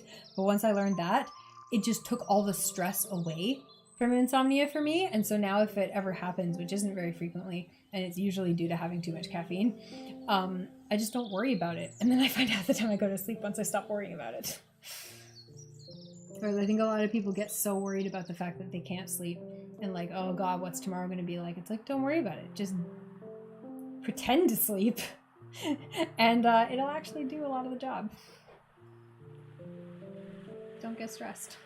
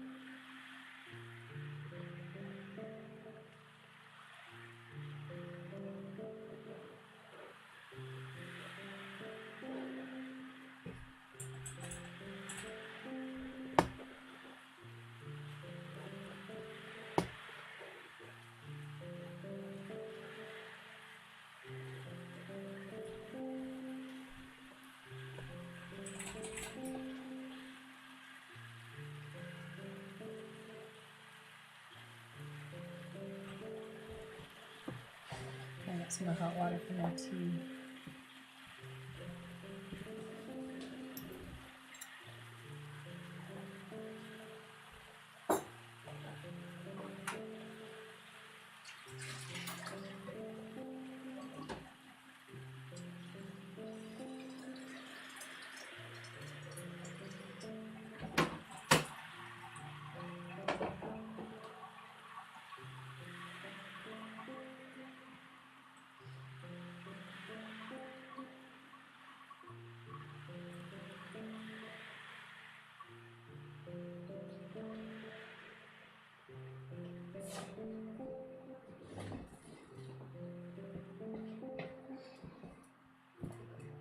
It's always nice catching the stream.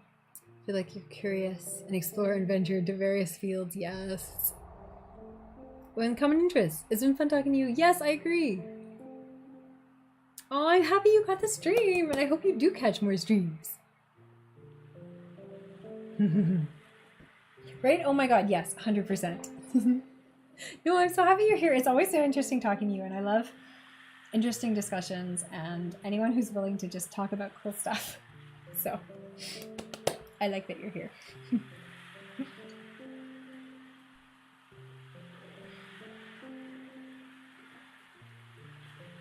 Like I said, like this is what a lot of conversations I end up having like different variations of with different people, but I haven't had a conversation about dreaming yet, so this was a new one for me.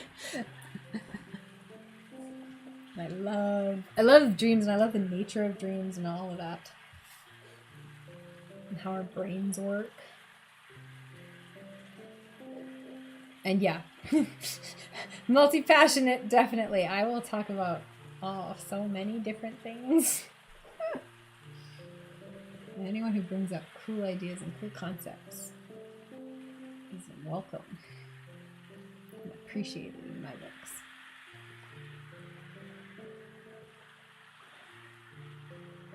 Especially because I wasn't feeling in a creative mood tonight. Like normally Wednesdays I do art, and I wasn't feeling it today. So it's interesting that we ended up talking about creativity instead. Funny how the world works. Oh, my hot water is boiled.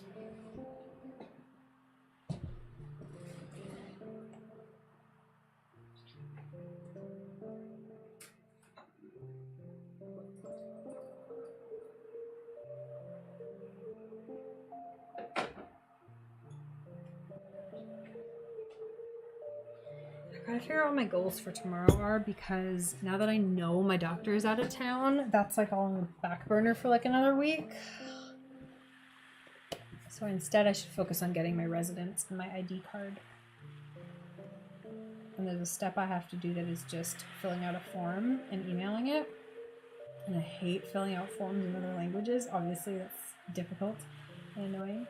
But it's not actually that difficult because of Google Photo Translate. And it's like, this is not actually going to be as hard as I think it is. It just feels nerve-wracking because you don't want to write the wrong thing down in pen.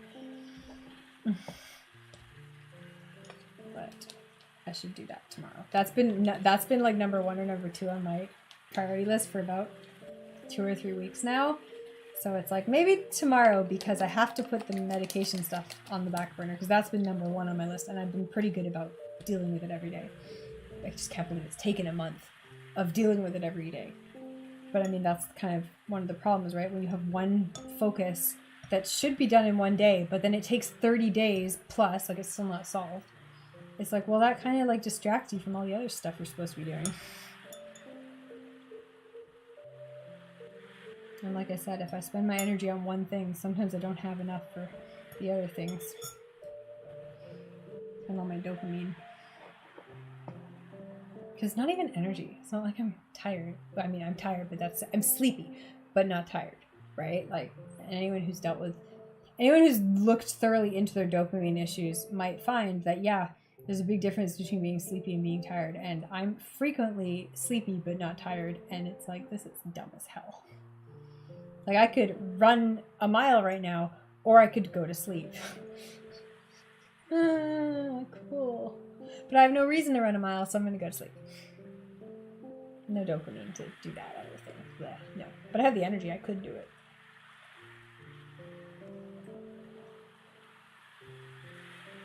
Mm-hmm. Yeah, try caffeine-free green tea. That's what I've done. I've transitioned now into fully just the chamomile tea, so there's no green tea left in here. Well, there's probably a little bit, but it's mostly the chamomile tea now. The fact that I leave a little bit and then pour more water in means there's probably a dilute amount of green tea still in here, but I should be okay. But I did want some caffeine like 2 hours ago because I wanted to make sure I would stay up for the stream and not just crash early. What have we been going for 2.5 hours now? Yeah, I would have gone to bed like an hour ago if I hadn't had any tea. I don't know what my hair is doing. I washed it this morning, but I don't like what my bangs are doing. Like, why is this piece separating from the rest of it? Connect. Be together. Be friendly.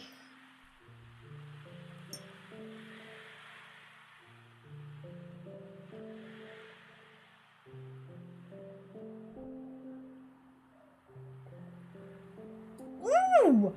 Has anyone seen... Okay, I'm halfway through the Little Mermaid movie. I haven't finished it. Okay, I'm not halfway through. I'm like 10 minutes into it, and then I stopped watching it. So I went to bed last night. But I did finish watching the new Mario movie. And anyone who's interested in computer animation, like visual arts or just visual movies should watch it, because the animation is a tour de force. Like, it is beautiful. It is stunningly animated. The textures, the lighting, the details. The movie is goddamn gorgeous. Like, the storyline is, you know, it's a kid's movie. It's really simple. And I feel like they actually could have done better on the storyline, because I feel like they left it a little too simple. Like, I feel like they were kind of targeting maybe an audience that was a little bit younger than they should have. It should have been aged up just a little bit. But you can say nothing about the visual effects. Like, it was stunning. It was gorgeous. The textures were just beautiful, and the lighting was amazing, and the settings were beautifully designed. I was just thoroughly impressed visually with the movie, for the Mario Brothers movie. Highly recommend it if you like that kind of visual movies. I just watched it on my computer, but I would... If I knew where the closest theater was to me, I'd probably go watch it in a theater. I feel like I should go watch the Little Mermaid movie in a theater, because that one too is also beautiful. But you know, they're trying to make it look like the real world, so they kind of have a harder bar to pass. Whereas this world is trying to make it look like a video game world. So like by default, your bar is the same medium. So you know, they did a great job with it though. Like they didn't half-ass it. They did more than I thought they were going to on the Mario one. And it was beautiful. You're gonna go to sleep. Cool, let me know if you do get a good dream. Have a good night. Bye. Thank you for hanging out.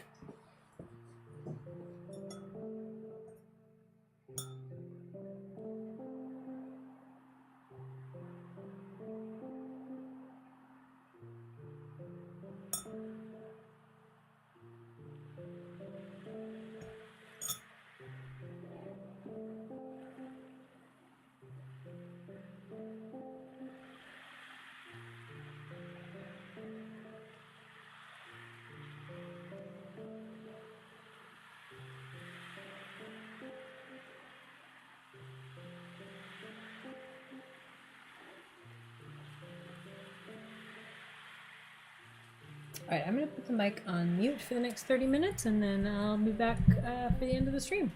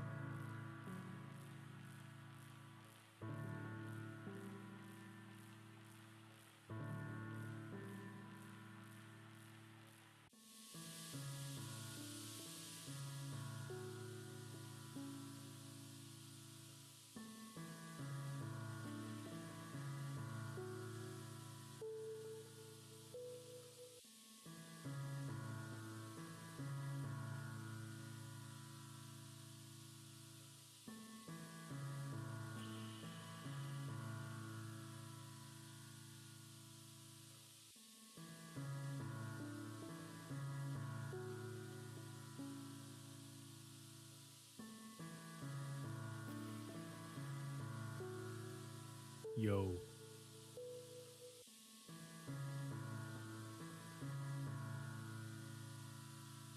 All right, how's everyone doing? Did everyone get some good work done, get some focus, or just chill and relax with the gentle music? We're gonna go do a raid. We're gonna go raid in a minute here. Yeah, I hope everyone's enjoyed the stream so far. We had some cool discussions today, actually. Stuff about dreaming and some other neat things.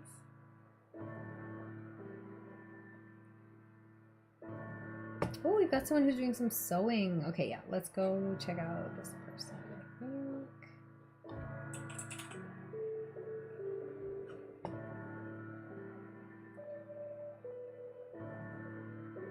Yeah, this should be good.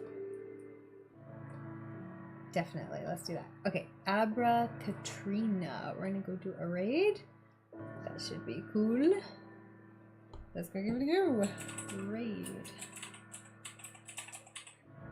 Did I spell it right now is the question. Katrina. Okay, I think so. Right, off we go. There we go. Cool. But thanks to everyone who hung out today. Hope you enjoyed. We did some co-working today. We're going to be doing some fashion design tomorrow. We're going to be doing design club. We haven't done that in a while, so that'll be good.